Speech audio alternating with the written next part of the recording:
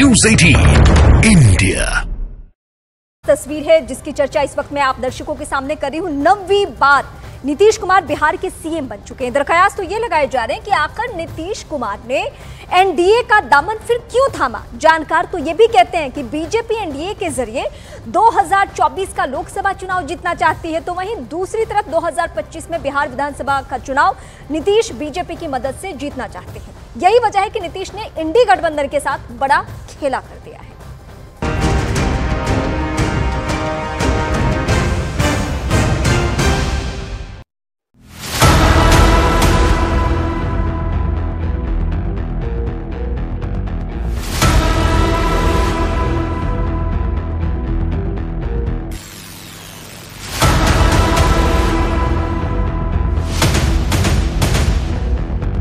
मैं नीतीश कुमार सत्यनिष्ठा से प्रतिज्ञान करता हूँ कि मैं विधि द्वारा स्थापित भारत के संविधान के प्रति सच्ची श्रद्धा और निष्ठा रखूंगा।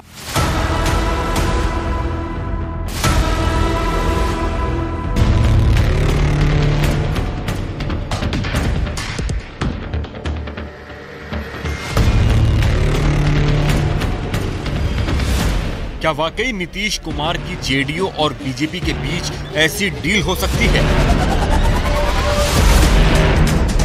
जिससे बीजेपी के नेतृत्व वाले एनडीए को लोकसभा चुनाव 2024 में फायदा होगा और साल 2025 में बिहार विधानसभा चुनाव में नीतीश की जेडीयू का फायदा होगा।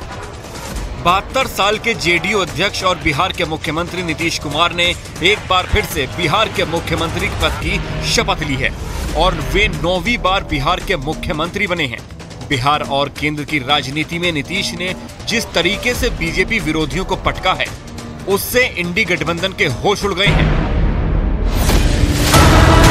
24 में हारेगा इंडी, 25 में जीतेंगे नीतीश।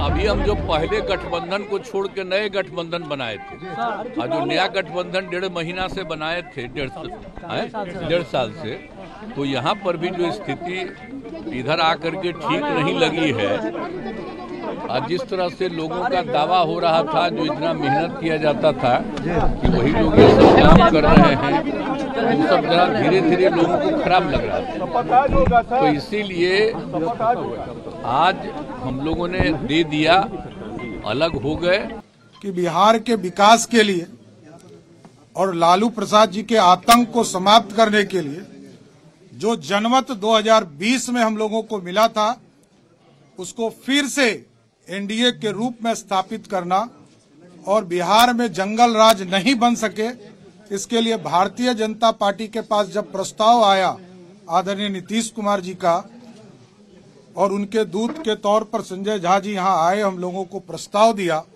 तो हम लोगों ने समर्थन का निर्णय लिया और पार्टी का जो दायित्व है एक सामान्य कार्यकर्ता के तौर पर पार्टी को मजबूत करना और देश के यशस्वी प्रधानमंत्री जी के नेतृत्व में 2024 में 40 की 40 सीट जिताकर बिहार से देने का संकल्प भी हम लोगों ने लिया है। बिहार की सियासत में कहा जाता है कि नीतीश कुमार को समझना मुश्किल ही नहीं नामुमकिन है, लेकिन कई बार बीजेपी ने उनको अच्छे से समझा भी है और जरूरत पड़ने पर अपने पाले में लाकर खड़ा भी कर दिया है। उस वक्त जब नीतीश पूरे देश में घूम घूम कर प्रधानमंत्री नरेंद्र मोदी के खिलाफ इंडिया गठबंधन बना रहे थे, उसके कुछ महीनों के भीतर ही भारतीय जनता पार्टी ने उन्हें बीजेपी के साथ आने को मजबूर कर दिया। कहा यह जा रहा है कि नीतीश कुमार की रणनीति इसके पीछे जेडीयू के खिसकते जनाधार को बचाने की है। दरअसल नीतीश कुमार का असली निशाना 2024 नहीं 2025 का विधानसभा चुनाव भी है, जहां पर वो एक बार फिर मुख्यमंत्री बनने के लिए चुनाव लड़ने वाले हैं। वहीं दूसरी तरफ ये भी कहा जा रहा है कि नीतीश कुमार के साथ दोबारा हाथ मिलाने पर कई बीजेपी कार्यकर्ता और नेता नाराज हैं, लेकिन बीजेपी ने नीतीश को इसलिए अपने साथ मिलाया है ताकि एक तरफ इंडी गठबंधन को बिखेर दिया जाए, साथ ही बिहार के 51% वोटर्स को सीधे एनडीए से जोड़ा जाए। बीजेपी के लिए बिहार में नीतीश कुमार जरूरी क्यों है? दरअसल उसके पीछे बिहार की वो जातीय राजनीति है और जातीय समीकरण है जो चुनाव जीतने के लिए भारतीय जनता पार्टी को जरूरी लगती है। इसीलिए बीजेपी का केंद्रीय नेतृत्व नीतीश कुमार के साथ आने को मजबूर हुआ। दरअसल बीजेपी को बिहार में 51% वोट चाहिए ताकि 2024 में वो विपक्ष का सुपड़ा साफ कर सके, और इसी रणनीति के तहत बीजेपी ने नीतीश कुमार को अपने पाले में लाने का काम किया। बिहार में एनडीए सरकार 51% वोट पर नजर। बिहार में 51% ऐसा वोटर है जिसमें से बहुत बड़ी तादाद जेडीयू के वोटर्स की है। जेडीयू के साथ मिलकर बीजेपी ने बिहार में 36% अति पिछड़ा वर्ग के वोटर्स पर निशाना साधा है। इसके अलावा एनडीए सवर्ण के 15% वोटरों पर नजर गड़ाए हुए है। अगर 2024 में सब कुछ तय समीकरणों के हिसाब से हुआ तो बिहार में एनडीए को 51% वोट मिल सकते हैं। अब आप ये भी जान लीजिए कि बिहार में जातीय समीकरण चुनाव पर कितना गहरा असर डालते हैं, और इसी वजह से बीजेपी ने कुर्मी जाति के नीतीश कुमार पर बड़ा दांव खेला है ताकि कुर्मी वोट एनडीए को मिले। वहीं डिप्टी सीएम सम्राट चौधरी कोयरी हैं जो बीजेपी से हैं, इसका फायदा जेडीयू को भी मिलेगा। जबकि बिहार का दूसरा डिप्टी सीएम विजय कुमार सिन्हा को बनाया गया है जो भूमिहार हैं। बिहार का ये जातीय समीकरण साफ दिखाता है कि बीजेपी ने बिहार में लोकसभा चुनाव 2024 का पूरा ध्यान रखा है, जबकि नीतीश को पूरी उम्मीद है कि साल 2025 में जब बिहार में विधानसभा चुनाव होंगे तो उसे भी एनडीए में होने का पूरा फायदा मिलेगा। इसीलिए नीतीश कुमार की जेडीयू ने किसी तरह से अपना पिंड इंडी गठबंधन से छुड़ा लिया है। ये सिर्फ नीतीश कुमार थे, जनता दल यू था, जिसकी वजह से इंडिया गठबंधन बना और कांग्रेस पार्टी को भारत की राजनीति में पुनः स्थापित करने का और सम्मान दिलाने का काम हमने किया।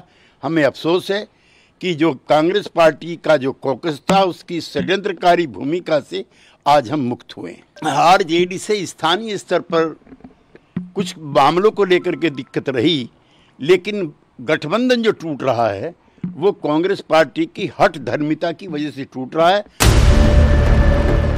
बिहार की नई सरकार में जो विधायकों को मंत्री बनाया गया है वहां भी जातीय समीकरण का पूरा ध्यान रखा गया है। मुख्यमंत्री से लेकर मंत्री तक कुल 9 विधायकों ने मंत्री पद की शपथ ली है। जेडीयू कोटे से मुख्यमंत्री नीतीश कुमार कुर्मी समुदाय से आते हैं। बीजेपी के कोटे से डिप्टी सीएम सम्राट चौधरी कोयरी समुदाय से हैं। बीजेपी के कोटे से डिप्टी सीएम विजय सिन्हा भी भूमिहार समुदाय से हैं। बीजेपी के कोटे से मंत्री प्रेम कुमार कहार समुदाय से हैं। जेडीयू कोटे से मंत्री विजय चौधरी भूमिहार समुदाय से हैं। जेडीयू कोटे से मंत्री विजेंद्र यादव समुदाय से हैं। जेडीयू कोटे से मंत्री श्रवण कुमार कुर्मी समुदाय से हैं। एचएम कोटे से मंत्री संतोष सुमन दलित समुदाय से हैं। निर्दलीय कोटे से मंत्री सुमित सिंह राजपूत समुदाय से हैं। बिहार का विकास होगा, इसलिए बिहार जो गर्त की तरफ जा रहा था, बिहार अब विकास की तरफ बढ़ेगा। और हम लोग बिहार में 40 की 40 सीट एनडीए जीतेगी और फिर से 2024 में माननीय प्रधानमंत्री जी को फिर से तिबारे प्रधानमंत्री बनाने के लिए बिहार की 40 सीट एनडीए जीतकर उनके झोली में देगी। 1.5 वर्ष से हम लगातार लगे हुए थे इंडिया अलायंस में, और पटना से ये बैठक शुरू हुई, बेंगलुरु से लेकर मुंबई तक हम लगातार बैठक में सक्रिय रहे, अपनी भावना को हम व्यक्त करते रहे। लेकिन अभी तो बहुत समय है, हड़बड़ी में सीट शेयरिंग होता है, तो सत्ता का शेयरिंग बताते हैं किसको होता है।